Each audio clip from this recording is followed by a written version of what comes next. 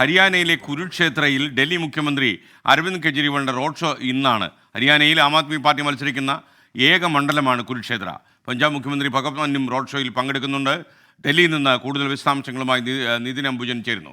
Good morning Nitin Ambujan, പറയൂ വിവരങ്ങൾ.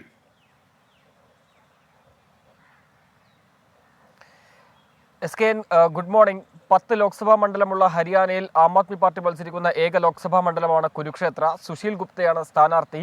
സുശീൽ ഗുപ്തയ്ക്ക് വേണ്ടിയാണ് ഇന്ന് അരവിന്ദ് കെജ്രിവാൾ റോഡ് ഷോയ്ക്കായി ഹരിയാനയിൽ എത്തുന്നത്. ഉച്ചയ്ക്ക് 1 മണിക്ക് ഹരിയാനയിലെ കുരുക്ഷേത്രയിൽ ഈ റോഡ് ഷോ ആരംഭിക്കും.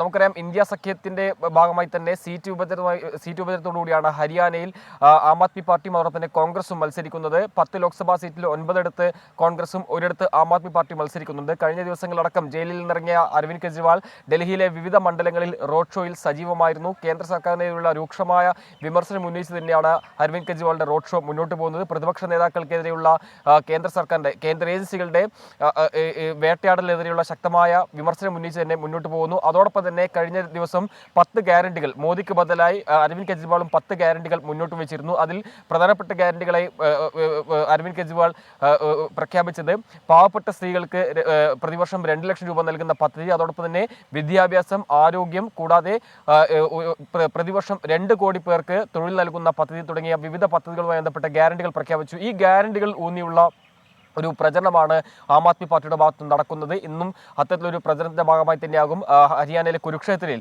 അരവിന്ദ് കെജ്രിവാൾ സജീവമാകുക. അതിനുശേഷം പഞ്ചാബിൽ പോകും. പഞ്ചാബിലെ രാഷ്ട്രീയ സാഹചര്യം നമുക്കറിയാം, ഇന്ത്യ സഖ്യത്തിന്റെ ഭാഗമായല്ല ആം ആദ്മി പാർട്ടി മത്സരിക്കുന്നത്. അതുകൊണ്ട് തന്നെ പഞ്ചാബിലെത്തുമ്പോൾ സംസ്ഥാനത്ത് കോൺഗ്രസിനെതിരെയും അരവിന്ദ് കെജ്രിവാൾ ഇത്തരത്തിൽ നിലപാടെടുക്കേണ്ടി വരും. ആ ഒരു സാഹചര്യത്തിൽ ഇനിയുള്ള ദിവസങ്ങളിലെ അരവിന്ദ് കെജ്രിവാളിന്റെ റോഡ് ഷോയും അതോടൊപ്പം തന്നെ തെരഞ്ഞെടുപ്പ് പ്രചരണവും ശ്രദ്ധേയമാകും. Okay, thank you Nitin Ambujan.